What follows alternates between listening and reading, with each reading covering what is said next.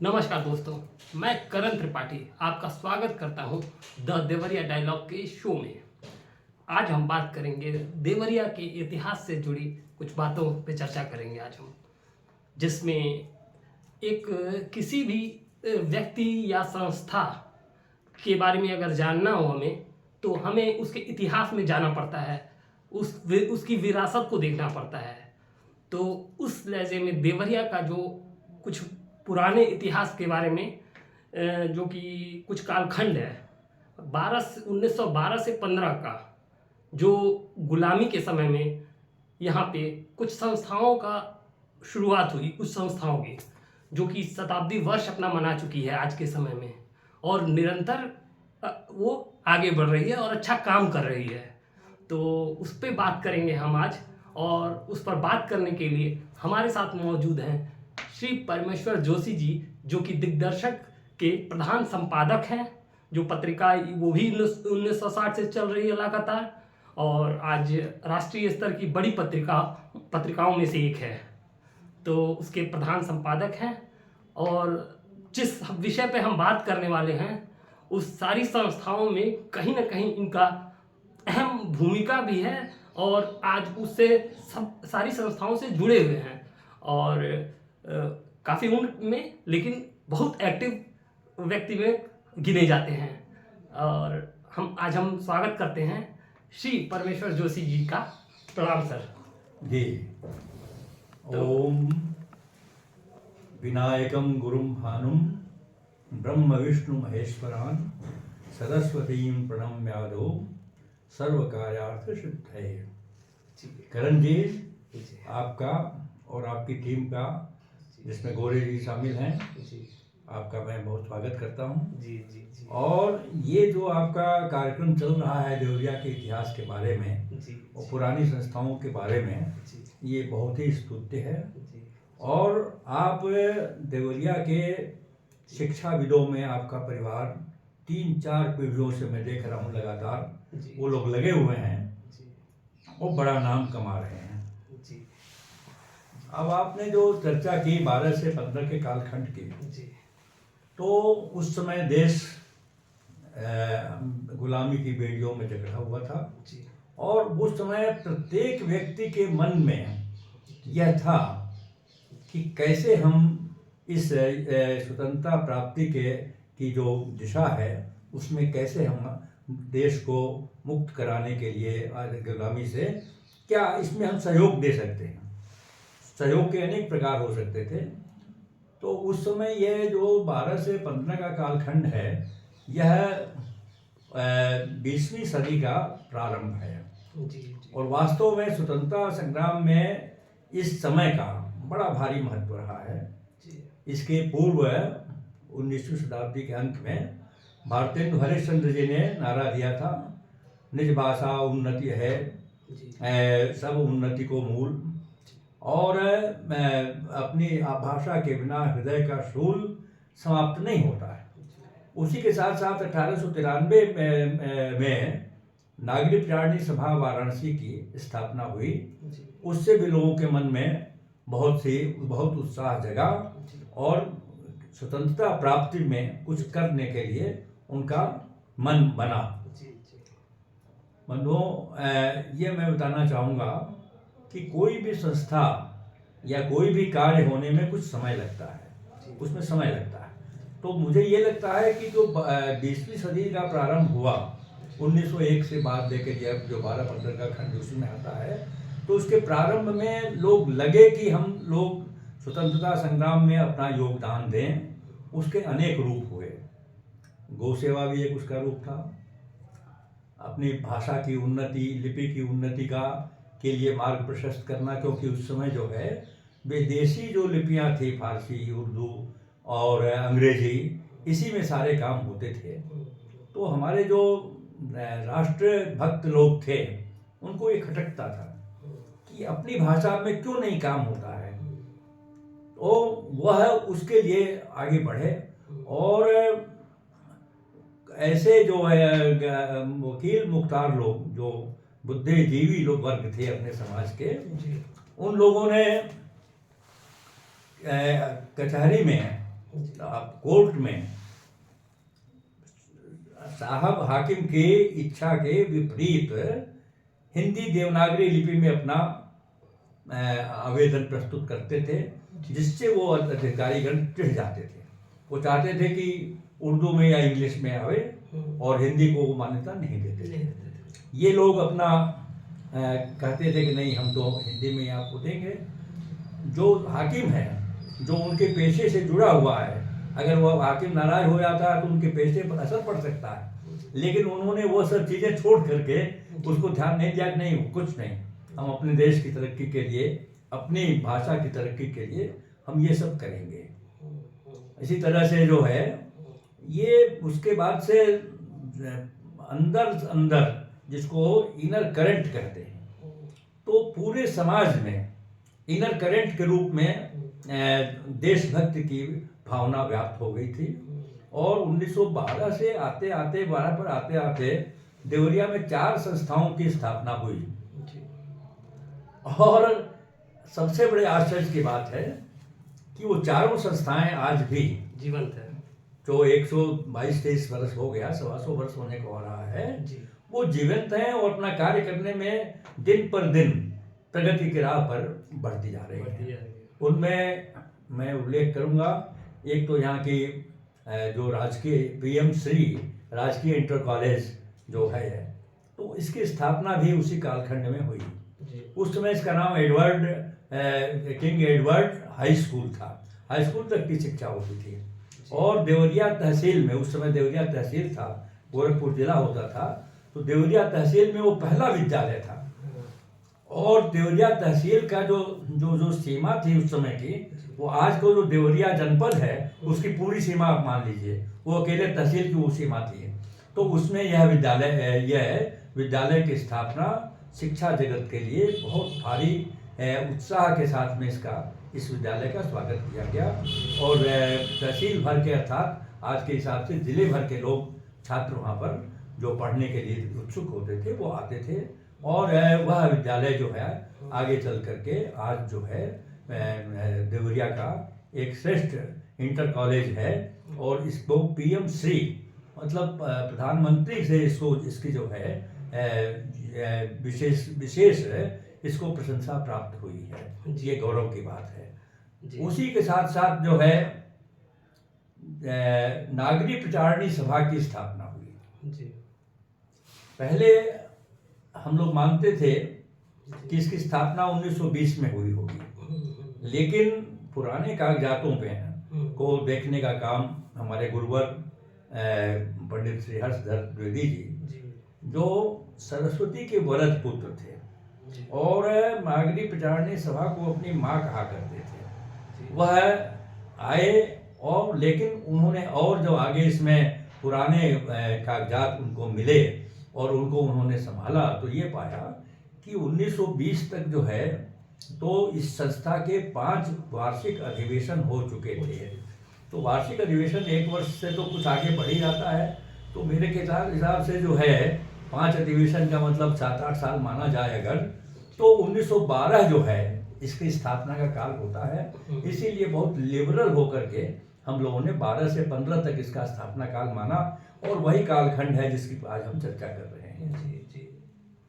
उस समय जो इसके कार्यकर्ता, इसके संस्थापक लोग थे, उनमें अधिकांश बुद्धिजीवी लोग, जो वकील थे, मुख्तार थे और इस पेशे से जुड़े हुए थे और समाज सेवी थे।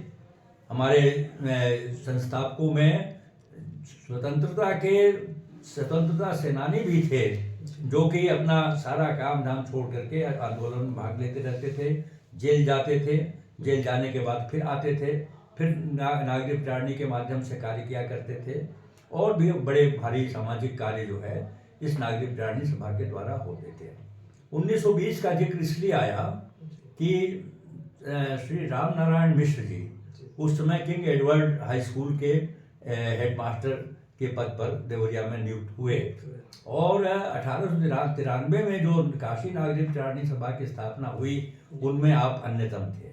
और उनके समय में जब अधिवेशन हुआ तो वो अभूतपूर्व अधिवेशन था। और बड़े उत्साह से लोगों ने इसको आगे बढ़ाया, नया भवन बनाने की मांग की। और उस समय तमकुही नरेश भी वहाँ पर मौजूद थे। जी। उन्होंने कहा कि लोगों से पैसे की मांग जब की गई तो पैसे की इतनी वर्षा होनी शुरू हो गई नागरिक पिटारनी का भवन बनवाने के लिए कि सभा की कार्यवाही में व्यवधान जब आने लगा तो पैसा लेना रोक दिया गया। और उसी में तमकुही नरेश जी ने घोषणा की कि इसका भवन जो है हम अपने पैसे से बनवा देंगे। और 1923 में जाकर के पुनः जब उनको याद दिलाया गया तो उन्होंने 1700 रुपये करीब 2 बार 3 बार चेक के द्वारा दिया था। और उसमें बहुत सुंदर खपरेल का एक जो है बंगला नुमा मकान बना, जमीन ली गई और वह उसमें नागरिक पिटारनी सभा स्थापित हो गई। अच्छा, उस समय का ये जैसे कि आपको बताया 1700 रुपया, हाँ। तो वो 1700 रुपया आज के समय में अगर देखा जाए तो वो लगभग कितने में होगा? अरे आप सोने के भाव से आइए आप, हाँ। कि सोने का भाव उस समय क्या था जी। और आज क्या भाव है। जी। तो सोने का भाव तो 1962 का मुझे ध्यान है कि 62 के पहले 100 रुपया भरी मतलब 12.5 ग्राम। जी। तो 60 में जब वो 100 रुपए में एक भरी आता था, हाँ। तो ये 1922 और 23 में तो मेरे ख्याल से कई तोले आते होंगे। जी। जी। तो आज के हिसाब से अगर देखा जाए जी। जी। तो बहुत ज्यादा रुपए हो गए। लेकिन जो हमारे संचालक लोग थे उन्होंने उसमें कुछ रुपया बचा लिया, बच गया है, बनाया बढ़िया, फिर बच गया। वो पैसा लेकर के फिर राजा जी के पास में गए लोग कि ये पैसा बचा है, हम तो आपने मकान बनाने के लिए दिया था, भवन बन गया है, ये पैसा बचा है, इसको आप रख लीजिए। तो उन्होंने कहा कि नहीं, अब मैंने दिया है तो लेने इसकी आप लोग जो है पुस्तक आदि अपने पुस्तकालय के लिए परचेज कर लीजिए। तो उन्होंने वो किया, उसकी पुस्तकें आ गई और जो उस समय रुपया एकत्रित हुआ था उसकी भी पुस्तकें आ गई। इसलिए इस तरह से नागरिक पिटारनी सभा के पास में एक बहुत समृद्ध पुस्तकालय हो गया, जो देवरिया की एक बड़ी भारी अमानत बना। और वह शुरू से लेकर के चलता रहा। और बीच में हमारे गुरुवर श्री हर्ष सर जी, मेरा अनुमान है कि 1940 के आसपास से वह नागरिक पिटारनी सभा से जुड़ गए थे। और उस समय वहाँ पर पुस्तकालय के अलावा जो हिंदी साहित्य सम्मेलन की परीक्षाएं होती थी, जिसमें साहित्य रत्न की डिग्री दी जाती थी, शास्त्री की डिग्री दी जाती थी, विशारद की डिग्री दी जाती थी, ऐसी जो भी थी, तो उन डिग्रियों की बड़ी मान्यता थी और बड़े आदर से उसको देखा जाता था। तो उसके जो छात्रों को तैयार करना था, उनको जो मार्गदर्शन करना था, उसमें श्री हर्ष जी लगे और नियमित रूप से जा करके उसको छात्रों को तैयार किया जाता था उसके लिए, और उनका मार्गदर्शन होता था। और इस प्रकार 1912 से लेकर के और आगे तक, मतलब स्वतंत्रता प्राप्ति तक, नागरिक पिटारनी सभा ने राष्ट्रीय आंदोलन में बड़ा जोरदार भाग लिया। वैसे जो लोग स्वतंत्रता सेनानी होते थे, कहीं से गए कहीं आए जाए, तो वो उनका एक विश्राम स्थल नागरिक पिटारनी सभा का वो भवन हुआ। जी सर, मेरा एक और प्रश्न था इसी को लेके कि मैं जैसे सुना हूँ कि नागरिक पिटारनी सभा में जब ये स्वतंत्रता के आंदोलन हो रहे थे तो बिस्मिल और भी बहुत सारे लोग जो कि समाचार पत्रों के माध्यम से अपनी बातें आमजन में पहुंचाने का प्रयास करते थे, तो उनका अक्सर नागरिक पिटारनी में रुकना होता था। वो उसकी सरकार से बचते हुए वो लोग नागरिक पिटारनी उनको प्रश्रय देता था।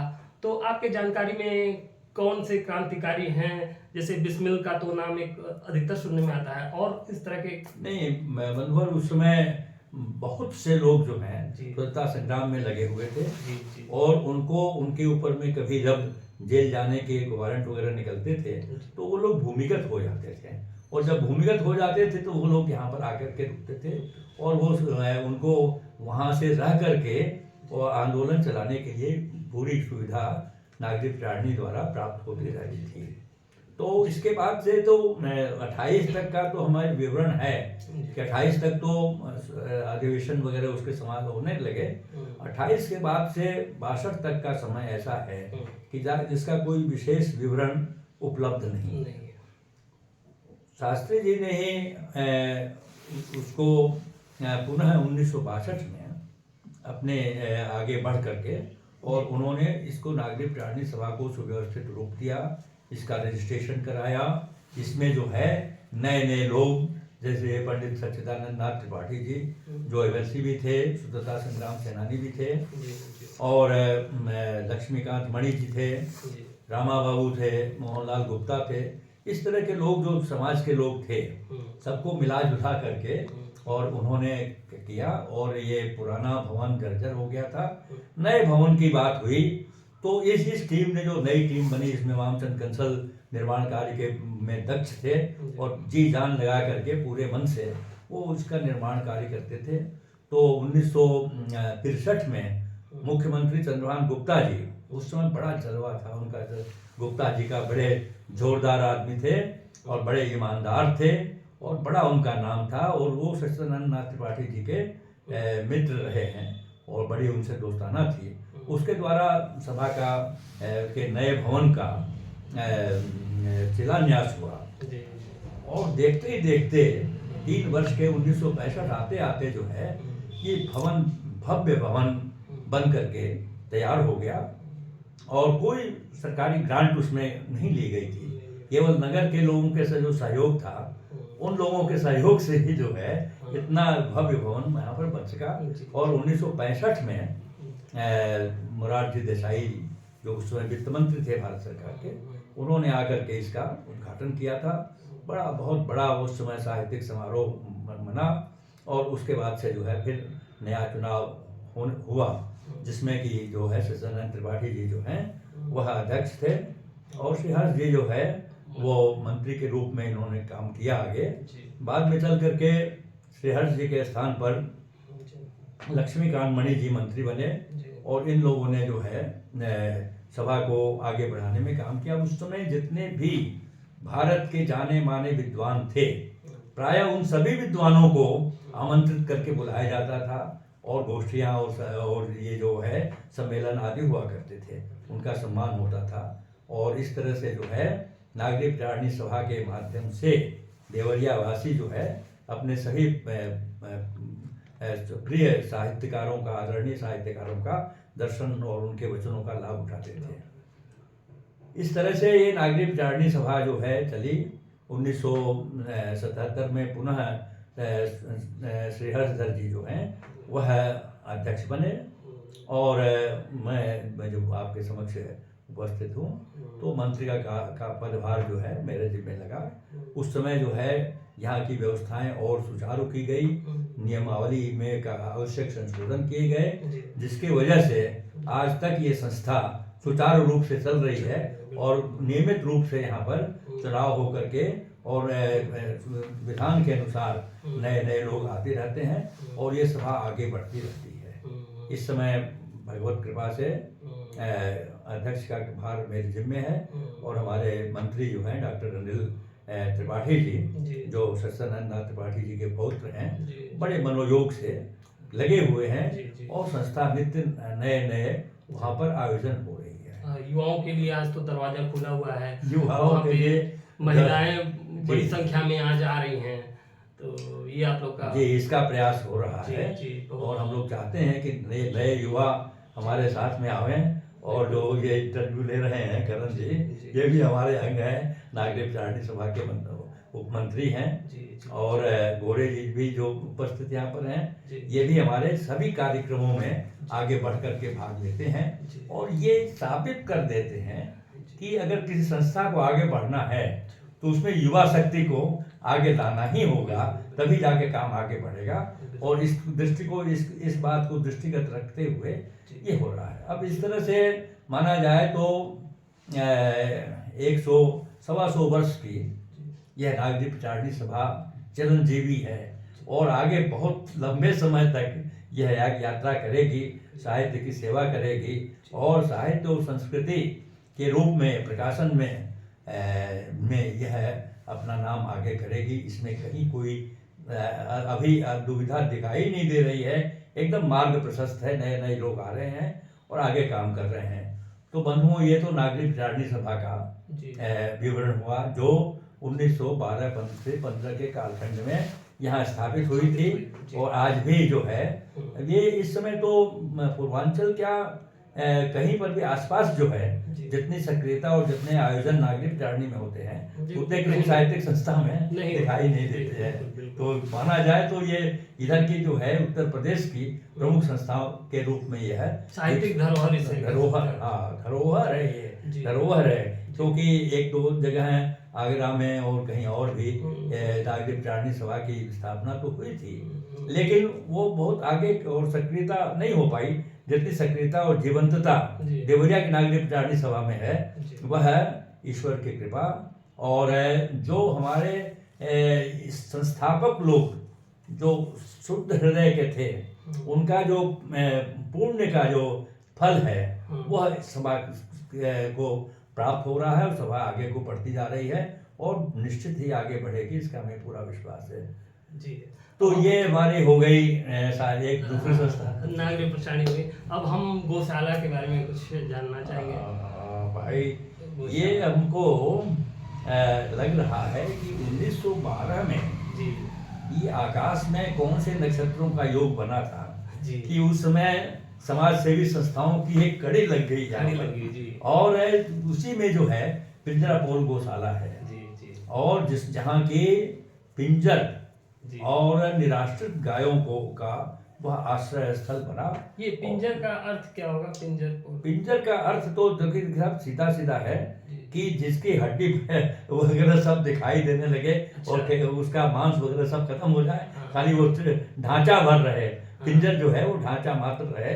मैं ये अर्थ लगाता हूँ अगर कोई इसका, क्योंकि ये मूल शब्द जो है गुजराती है। अच्छा। और उसका कहाँ वहाँ क्या पिंजर में अर्थ है मैं तो यही बताता हूँ भाई ये है। तो यह जो है पिंजरपोल गौशाला उस समय पूरे देश में एक आंदोलन चला हुआ था जी। यहाँ पर भी जब ये हवा आई जी। और ये माना गया कि गौ सेवा के माध्यम से भी हम देश को जागृत करने का एक बड़ा काम कर सकते हैं। तो यहाँ के जो सेठ महाजन थे उनका ध्यान इधर गया और ये राम दास जी, ऐसा मुझे नाम नहीं याद आ रहा ठीक, उदयपुरिया हैं वो। तो उन्होंने जो है 1912 में ही गौशाला के लिए जमीन क्रय की थी। और क्योंकि मैं उस गौशाला में भी मंत्री का कार्य देख रहा हूँ तो मुझे वहाँ के जो कागजात देखने को मिले तो ये भूमि क्रय की गई थी, यह 1912 में क्रय की गई थी और बाद में इसको समाज से बड़ा भारी योगदान मिला और समाज के लोग जो हैं इसमें योगदान करने लगे। और जो आप समझिए कि 1925 उसके बाद जो है जो बिल्डिंग बनी इसकी बहुत सुंदर, आज के जो टेक्निक जैसे कि इंजीनियर लोग बनाते हैं उससे बढ़िया एक नक्शे के अनुसार चारों तरफ जो है घेर करके गायों को रहने का बनाया गया। बीच में जगह खुली जगह जहाँ की गाय घूम सके फिर सके। आगे जो है थोड़ी जगह बनाई गई जिसमें कि उनके लिए हरी सब्जियां जो है वो तैयार की जा सके। तो इस तरह से वह शुरू हुई 1912 से शुरू हुई और बाद में बड़ा भारी समर्थन यहाँ के बाजार का, सेठ महाजनों का मिलने से जो है उसका निरंतर प्रगति होती रही। और एक यहाँ पर जिलाधिकारी गए वहाँ पर श्रीमती, उनका देखिए क्या नाम था जो महिला थी इसके पहले, अनीता श्रीवास्तव जी। वो गई वहाँ पर गौशाला में तो कहने लगे कि हमको पिंजर गाय दिखाइए, कौन सा पिंजर कौन सी होती है। हमने कहा सब पिंजर गाय जो है इस समय मांसल गाय हो गई। ये हमारे देवरिया के लिए दर्शाती है कि भाई देवरिया में ऐसे लोग थे या उस समय बताइए उस कालखंड में इस तरह की सोच रखने, इतनी दूरदृष्टि सोच रखने वाले लोग थे। तो वो प्रशंसा करनी पड़ेगी उन लोगों की कि जिन्होंने इधर सोचा और इतना बढ़िया इसकी व्यवस्था की। जी। अभी आज के समय में वहाँ पे कितनी गायें होंगी? इस समय तो वहाँ पर जो है जितनी उसकी क्षमता है उसकी क्षमता से भरपूर गाय है। और एक नियम है हमारे यहाँ का कि जो गाय आ जाती है उसमें जिनको गौशाला अंगीकृत करती है उसको कभी बाहर नहीं जाने देती है। अगर ऊपर से भगवान का बुलावा आ गया तो जाना ही पड़ेगा, केवल उसी हालत में गाय वहाँ से जाती है। और आप अगर कभी किसी दिन आपको समय हो तो सवेरे के समय वहाँ पर आइए जी। और बछड़े वहाँ पर कूदते खेलते रहते हैं, गाय की रवा सुननी हो। और वास्तव में जो जो जिसको गोलोक कहते हैं, एक गोलोक का स्वरूप वहाँ पर हो जाता है। वहाँ एक मंदिर राधा कृष्ण जी की गाय के साथ में एक बड़े सुंदर क्या नाम मंदिर के रूप में ये बना हुआ है। और गौशाला का इस समय चारों तरफ से समुचित विकास भी हो रहा है, सरकार से मान्यता भी मिली हुई है, मान्यता भी है, कुछ ग्रांट भी आ जाती है। लेकिन समाज का सहयोग जो है वो बड़ा भारी सहयोग प्राप्त होता है। इस तरह से जो है यहाँ ये गौशाला जो देवरिया की गौशाला है वो सुव्यवस्थित गौशालाओं में प्रदेश में अपना स्थान रखती है। जी। तो एक हो गया हमारा साहित्य का मंदिर, एक साहित्य का ये मंदिर, हमारा गौ सेवा को हम आध्यात्म से भी जोड़ सकते हैं। जी, तो जी, यहाँ जी। के लोग आध्यात्मिक थे। जी जी जी जी जी, गवर्नमेंट स्कूल हो गया। अब हम एक और संस्था जो चौथी संस्था है, क्षत्रिय बोर्डिंग हाउस, जी जी जी जी तो उसके बारे में वो भी ऐतिहासिक संस्था है बंधुवर। जी जी आपको बताता हूँ कि उस समय दूर दूर के विद्यार्थी जी पढ़ने आते थे और ऐसा साधन नहीं था उन लोगों के पास में कि वो अपना अलग से रहने की व्यवस्था कर सकें, तो बड़ी भारी कठिनाई उनको होती थी। तो उस समय जो मझौली राज था वह खूब फला फूला हुआ था। जी और वहाँ की जो महारानी चंडिका देवी थी, उन्होंने इस कि उनका ध्यान इस ओर दिलाया गया कि जो बच्चे, अब आप समझ लीजिए कि यह एकमात्र हाई स्कूल उस समय था 1912 में। जी पूरे देवरिया तहसील में वो जो जिला, आज का जिला मान लीजिए, वो एकमात्र स्कूल था। तो पूरे जिले के जो शिक्षा के जो पिपासु लोग होते थे जो पढ़ने के लिए, वो आते यहाँ पर थे। तो उनके रहने की क्या व्यवस्था हो, तो उन्होंने जो है यहाँ पर एक क्षत्रिय बोर्डिंग हाउस के नाम से जो है एक छात्रावास की स्थापना की। और छात्रावास ऐसा था कि केवल वहाँ पर रहना खाना ही उद्देश्य नहीं था। वहाँ के जो छात्र, रहने वाले छात्र थे, उनका हर तरह से विकास हो। वहाँ पर साहित्यिक, सांस्कृतिक, शैक्षिक, आध्यात्मिक वातावरण उसका बनाया गया था। और श्री नरेश मिश्र जी उस समय के बड़े भारी विद्वान आदमी थे, और जो उनके पुत्र थे सरयू प्रसाद मिश्र जी, जो देवरिया के पहले सांसद 1952 में जब चुनाव हुआ, तो जो सांसद हुए वो सरयू प्रसाद मिश्र जी थे। तो ये लोग बड़े प्रतिष्ठित और शिक्षाविद थे। तो नरेश मिश्र जी, इनके जो पिताजी थे, वो उसके अधीक्षक थे। और उस समय जो बताया हमने कि हिंदी साहित्य सम्मेलन की जो परीक्षाएं होती थी, उसका केंद्र वो क्षत्रिय बोर्डिंग हाउस हुआ करता था, क्योंकि वहाँ की व्यवस्था बहुत सुचारू थी और नियम के जो पाबंद लोग थे, कड़े लोग थे, कड़े काम होता था। तो इस तरह से जो है वहाँ पर क्षत्रिय बोर्डिंग हाउस की स्थापना हुई। और उसका स्थान स्वतंत्रता प्राप्ति में भी वो संलग्नता उनकी थी। जो आने जाने वाले थे, कोई रुकने की बात हुई, कोई बात हुई, तो वो भी होते थे।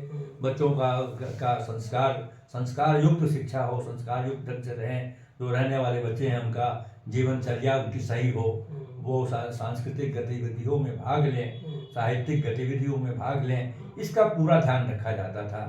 और बाद में तो गवर्नमेंट कॉलेज ने खुद भी छात्रावास बनाया, लेकिन जो सुव्यवस्था क्षत्रिय बोर्डिंग हाउस में रही है वो जो है वो कहीं अन्य नहीं रह पाई। और उस समय के पढ़े हुए क्षत्रिय बोर्डिंग हाउस में रह करके जिन लोगों ने शिक्षा प्राप्त की, वो देश के जो है मूर्धन्य लोग बने। और उन लोगों ने देश सेवा की जो नींव वहाँ पर पड़ी थी, उसके आधार पर वो अभी भी देश सेवा करते रह गए। इस तरह से ये चौथी संस्था जो है, और है जो कि अपने एक मतलब 100-125 वर्ष पूरे हो गए, और आज भी जो है उसकी उनकी उपयोगिता में रंच मात्र भी कमी नहीं आई है, और वहाँ पर रह करके लोग अपना जीवन सुधार लेते हैं। तो यह उस समय की स्थिति थी। और संस्थाएं और इनकी विशेषता ये है कि वो चिरंजीवी रही। उनकी ये व्यवस्था है कि वो विकासोन्मुख है ये चारों संस्थाएं। अब आज भी राजकीय इंटर कॉलेज जो है वो शिक्षा जगत में प्रतिनिधित्व करता है इंटर कॉलेजों में। और इसके पहले भी जो है बड़ी कड़ाई से और बड़े अच्छे पढ़ाई के दृष्टि से ये विद्यालय अपना नाम उज्ज्वल किया रहता था। और यहाँ के लड़के जो हैं आगे जा कर के अच्छे से अच्छे लड़के जो थे निकल कर के आगे अपने जीवन में सफल बने रहे। तो गौ सेवा के क्षेत्र में, साहित्य संस्कृति के क्षेत्र में, शिक्षा के क्षेत्र में और शिक्षा के प्रचार प्रसार के क्षेत्र में ये संस्थाएं जो उस समय जिसको गुलामी का काल कहिए या का था, और उसके बाद से जो जब हम लोग स्वतंत्रता की तरफ अग्रसर हुए तो इन सब संस्थाओं ने खुल करके उसमें योगदान अपना दिया। और ये निश्चित मानना पड़ेगा कि अगर देवरिया में स्वतंत्रता आंदोलन चला उसमें इन संस्थाओं का महत्वपूर्ण योगदान है। और इसके वजह से ये सब संस्थाएं जो हैं अपना आज भी विकासमान होकर के आगे बढ़ रही हैं। अच्छा, ये आपका नागरिक प्रचारणी हुआ और ये जो गौशाला हुआ, तो जैसे आप वहाँ दोनों जगह पदाधिकारी भी हैं और देख रहे हैं, तो आप कब जुड़े इससे संस्थाओं से? देखिए, नागरिक प्रचारणी में तो 1962 में हमारे गुरुवर हमको खींच करके ले गए। जी। और हम लोग के जो सौभाग्यशाली हैं कि हम लोगों के गुरुवर जो हैं वो आज के टीचर नहीं थे। वो ऐसे थे कि अपने छात्र को बनाते थे। और छात्र और शिष्य में, छात्र और शिष्य और छात्र और पुत्र में कोई अंतर नहीं होता है। जो गुरु है तो गुरु का पुत्र और गुरु का शिष्य दोनों बराबर होते हैं। ऐसी जो विचारधारा वाले लोग थे वो उस समय थे। तो श्री हर्ष जी ने हमें इशारा किया और उनके इशारे पर 1962 में लग गए हम और जुड़े रहे। और अद्भुत बात है वो कैसे हुई, वो मैं तो गुरु की कृपा मानता हूँ कि 62 से लेकर के आज तक मैं लगातार उस संस्था के क्रियाकलापों में, मतलब जैसे कि जो कार्य समिति होती है, जो पदाधिकारी होते हैं, उनके उसी के रूप में मुझको वहाँ का सेवा करने का अवसर मिला। हमारे गुरुजी जो हैं, मैंने बताया आपको पहले कि 1940 से इस संस्था से जुड़े होंगे और 91 तक, जब तक कि उनका जीवन काल था, वो संस्था में लगे ही रहे। और एकमात्र उनका उद्देश्य था कि ये संस्था कैसे आगे बढ़े। उनके प्रयासों का फल था। उनके पीछे पीछे हम लोग रहे हैं और अब तो उनके बाद भी अब जो चल रहे हैं, जो कार्य सामने है। और ये बात है कि नागरिक प्रचारणी का जहाँ भी काम अच्छा होता है वहाँ हम लोगों का दिल बहुत प्रसन्न होता है। और उसी तरह से हम लोग लगे हुए हैं जब तक भगवान लगाए रहेंगे। और हमारे गुरुवर तो 50 से 51 वर्ष तक, 40 से 91 तक, 51 वर्ष तक उन्होंने लगातार सेवा की थी। हमको भी उनकी कृपा से सेवा का अवसर मिला हुआ है, तो चल रहे हैं। हम तो उसको अपना कर्तव्य समझ के करते हैं। गौशाला से कब आपका निकाल? गौशाला से तो हम लोगों का बचपन से तो देखभाल तो थी, लेकिन बीच में मेरे ख्याल से आज के करीब 30 वर्ष पहले गौशाला में कुछ और प्रगति लोग करना चाहते थे। तो उनके पदाधिकारियों ने मुझसे कहा कि आप इसमें कुछ योगदान करिए और कुछ बड़े अधिकारियों को बुलाइए।